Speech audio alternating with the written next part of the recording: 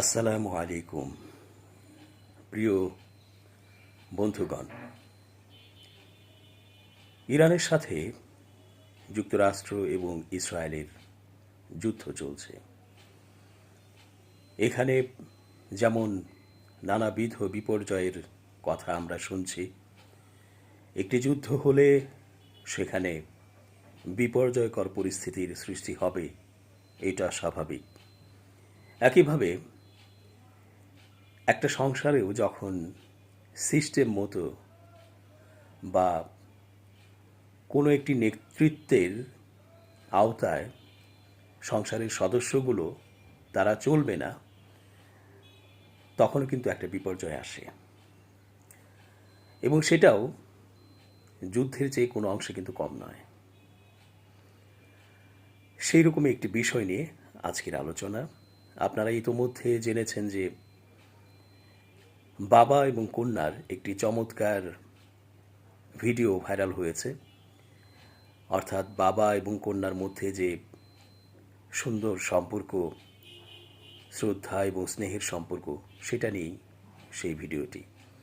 একটা casual video, কিন্তু সেটা বেশ তোলপাড় করেছে, সবার হৃদয়ে জায়গা করে নিয়েছে। একটু বললে হয়তো আপনারা বুঝবেন। তা হলো, মেয়ে মশারির মধ্যে অর্থাৎ বিছানায় শুয়ে আছে, আর বাবা মেয়েকে ডাকছে, মা তুমি ওঠো, সকাল গড়িয়ে তো প্রায় দুপুরের দিকে যাচ্ছে। তখন মেয়ে বলছে যে বাবা আর 1 ঘন্টা ঘুমাই বা আর একটু ঘুমাই। বাবা তখন বলছেন যে এখন তো 10টা বাজে, সকাল 10টা পেরিয়ে যাচ্ছে, এত বেলা করে যদি তুমি ওঠো তাহলে কি হবে? পড়ালেখা আছে, নানা কাজ থাকতে পারে, নিজের ব্যক্তিগত বিভিন্ন রকমের ব্যাপারগুলোও থাকে। সব মিলিয়ে 10টা পেরিয়ে যদি যায় সময়, তাহলে সেটা স্বাভাবিক ঠেকে না। ফলে তুমি উঠে যাও। কিন্তু মেয়ে বলছে বাবা আমি উঠবো না, আর একটু ঘুমাতে দাও। তো বাবা হেসে হেসে বলছে ঠিক আছে, আমার মেয়ে বাবার ঘরে আছে, এখন 10টা 11টা যাই বাজুক, মেয়ে ঘুমাক, আর একটু রেস্ট নিক, আর একটু সে আরাম করুক। এই যে দুয়ের মধ্যে মানে মেয়ের পক্ষ থেকে শ্রদ্ধা, আবদার, খুনসুটি, আর বাবার পক্ষ থেকে মেয়েকে এই যে একটু সায় দেয়া, একটু রায় দেয়া, একটু আহ্লাদ করার জন্য ছেড়ে দেয়া, এই বিষয়টি নেট দুনিয়ায় ভাইরাল হয়েছে। বিষয়টি দারুণ নিঃসন্দেহে, যে বাবা আর কন্যার মধ্যে যে ভালোবাসার একটা বন্ধন, স্নেহ শ্রদ্ধার একটি বন্ধন, সেটা চমৎকার। কিন্তু এর পেছনে অনেক কথা আছে, এর চারপাশে অনেক কিছু দেখার আছে। সেই বাবাই কিন্তু বলেছে আবার যে তোমার যখন বিয়ে হয়ে যাবে, তুমি যখন পরের ঘরে যাবে, স্বামী হবে, সন্তান হবে, তখন কিন্তু তুমি এই এতটা সময় করে বিছানায় শুয়ে থাকতে পারবে না। তোমাকে দায়িত্ব কাঁধে নিয়ে ঠিকই সকাল সকাল উঠে পড়তে হবে, এত বেলা করে ঘুমানো যাবে না। তো যাই হোক, আমার রাজকন্যা আমার ঘরে ঘুমাচ্ছে, ঘুমাক যতদিন আমার ঘরে আছে। এই আশ্রয় প্রশ্রয় আমরা দিতে পারি, কিন্তু সেটা হঠাৎ হলে ভালো হয়, মাঝে মাঝে হলে ভালো হয়। যদি রেগুলার এটা হয় তাহলে কিন্তু সেটা ভালো হবে না, কারণ এটার পরিণতি অনেক বাজে আছে। সত্যি এই মেয়েটি যখন বিয়ে হবে এবং সে যখন স্বামীর ঘরে যাবে, সেখানে তার সন্তান হবে, তার শাশুড়ি আছে, শ্বশুর আছে, তার অন্যান্য আরও পরিবারের যে সদস্য, সেগুলো পাবে সে। তো সব মিলিয়ে তাদেরকে ম্যানেজ করা বা তাদের সাথে মিলেমিশে চলা, নতুন একটি এনভায়রনমেন্ট, নতুন একটি জায়গা, এইভাবে যদি পড়ে পড়ে ঘুমায় বউ বিছানায়, তাহলে প্রতিদিন সাংসারিক নানা কাজ থাকে, কাজের লোক থাকলেও কাজ থাকে, কাজের লোক থাকলেও কাজের লোককে তদারকি করতে হয়, দেখভাল করতে হয়, তাদেরকে নির্দেশনা দিতে হয়, নানা ব্যাপারে কিন্তু কর্তা বা যিনি ঘরের হোম ম্যানেজার আছেন নারী, তাকেও কিন্তু অনেক দায়িত্ব পালন করতে হয়। ফলে অত বেলা করে ঘুমালে কিন্তু চলে না। হয়তো নতুন বিয়ের সময়ে 6 মাস 1 বছর সেইভাবে চললো, কিন্তু তারপরে দায়িত্ব নিতেই হয়। ফলে বাবার চোখে রাজকন্যা কিন্তু পরের ঘরে যে তাকে দায়িত্বশীল একটি মানুষ হিসেবে তার পরিচয়টি দিতে হয়, এবং সেইভাবেই তাকে ম্যানেজ করে নিতে হয়, না হলে খুব কঠিন সংসার করা। দেখুন, আজকে আমাদের সন্তানেরা যেভাবে বড় হচ্ছে, আমি তো আগেই বলেছি, মাঝে মাঝে যদি এইরকম হয় সেটা ঠিক আছে, কিন্তু এটা নিয়ম করে ফেললে হবে না। তাহলে সত্যি এটা স্বাস্থ্যের জন্য ক্ষতিকর। এবং প্রতিদিনের নিজস্ব কাজও তো থাকে, সেই মেয়েটির লেখাপড়া আছে, অ্যাসাইনমেন্ট তৈরি করা আছে, ব্যক্তিগত কাজকর্ম আছে, যেমন গোসল, তারপর নামাজ পড়া, তারপরে পড়তে বসা, ব্যক্তিগত পরিচ্ছন্নতা, অনেক কিছুই আছে। তো সেইগুলোও তো দেরি হয়ে যায়। ক্লাস থাকতে পারে, অথবা প্রাইভেট থাকতে পারে, অথবা নিজের কোনো শেখার বিষয় থাকতে পারে, প্রশিক্ষণ কোথাও নিচ্ছে এরকম থাকতে পারে। তো নানা কিছুই হতে পারে। তো এই নানা কিছু কিন্তু যদি সে এভাবে অনিয়ম করে চলে, তাহলে কিন্তু সে এগুলো করতে পারবে না। এবং আপনারা খেয়াল করে দেখবেন, যদি সকালে আপনি ওঠেন, ধরেন ফজরের নামাজ আপনি পড়েন, তাহলে ফজরের নামাজের পর যদি আপনি না ঘুমান, তাহলে দিনটা কত লম্বা লাগে। এবং এই সময়টা এমন হয় যে দিনের অনেক কাজই মনে হয় আপনি 10টার মধ্যে শেষ করেই ফেলেছেন, 10, 11টা, 12টার মধ্যেই আপনার কাজ শেষ হয়ে গেছে। কিন্তু যখন আপনি ফজরের নামাজ পড়ে আমি ঘুমাতে গেলেন, অথবা আপনি ফজরের নামাজ পড়েনি না, আপনি ওঠেনি সাধারণত 10টা, 11টায়, 12টায়, তাহলে আপনি দেখবেন আপনার অনেক কাজ আপনি করতে পারছেন না, বা করলেও আপনি পিছিয়ে গেছেন। দিন চলে যাচ্ছে, অর্থাৎ মাগরিব এসে গেছে, সন্ধ্যা হয়ে গেছে, কিন্তু আপনার কাজ শেষ হয় নাই, কারণ আপনি যেহেতু 10টা, 11টা বা 12টায় উঠেছেন। সেই জন্য আগে যখন আপনি উঠবেন, দেখবেন আপনার দিনের অনেক কাজ আপনি গুছিয়ে ফেলতে পেরেছেন। একটি সংসারে প্রচুর কাজ থাকে। আপনি দেখেন যে কাজের লোক থাকলেও বহু কাজ থাকে।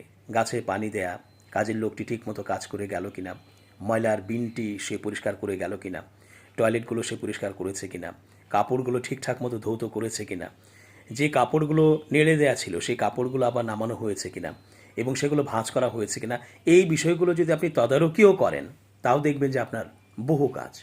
সুতরাং এই কাজ ফেলে যদি আপনার সন্তান এইভাবে 10টা, 11টা, 12টায় ওঠে, আর আপনি বলেন যে আমার রাজকন্যা আমার ঘরে তো শান্তি করবেই, আনন্দ করবে, একটু আহ্লাদ করবেই, তাহলে সংসার জীবনে অথবা তার ব্যক্তিগতই যখন সে লেখাপড়া করবে, সে বড় হবে, ইউনিভার্সিটিতে পড়বে, সে হোস্টেলে থাকবে, হলে থাকবে, তারপরে হচ্ছে সে মেসে থাকতে পারে, সে চাকরির জন্য ট্রাই করতে পারে, তার লেখাপড়ার জন্য সে বিভিন্ন রকমের ভাবে নিজেকে ইনভলভ রাখতে পারে।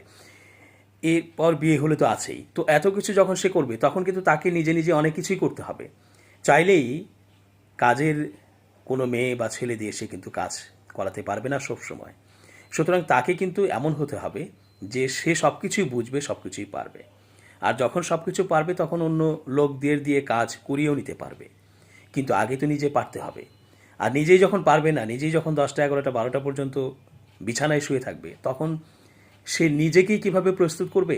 কারণ নিজের তো ব্রাশটা করতে হলেও তো ব্রাশে পেস্ট লাগিয়ে ব্রাশটা দাঁতে তো দিতে হবে, চুলটা তো আঁচড়াতে হবে, সেটাও তার কাজের নারী বা কাজের মহিলা বা হেল্পিং হ্যান্ড করে দেবে না। সবসময় তো আর মেকআপ ম্যান আশেপাশে থাকবে না, আর থাকলেও সেটা প্রাইভেসি নষ্ট হবে না।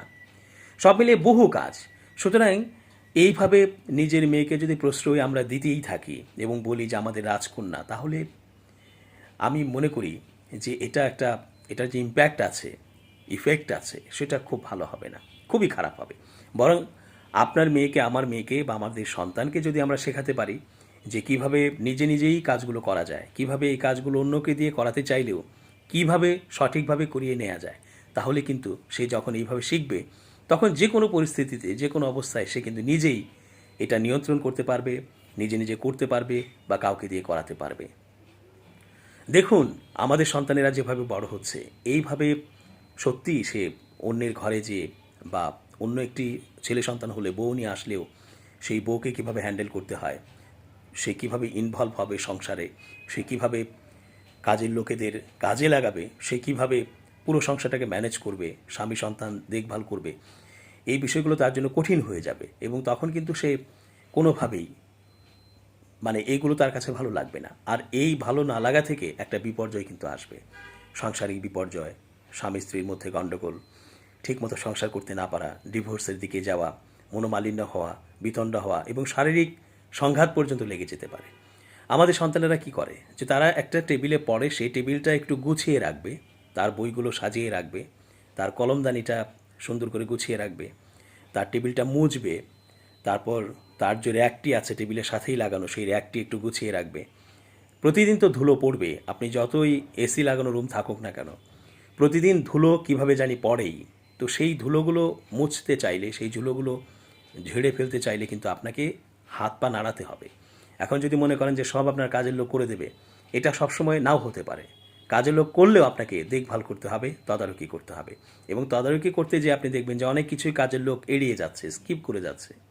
তো সেই স্কিপ করা অংশটি তো আপনাকেই দেখতে হবে।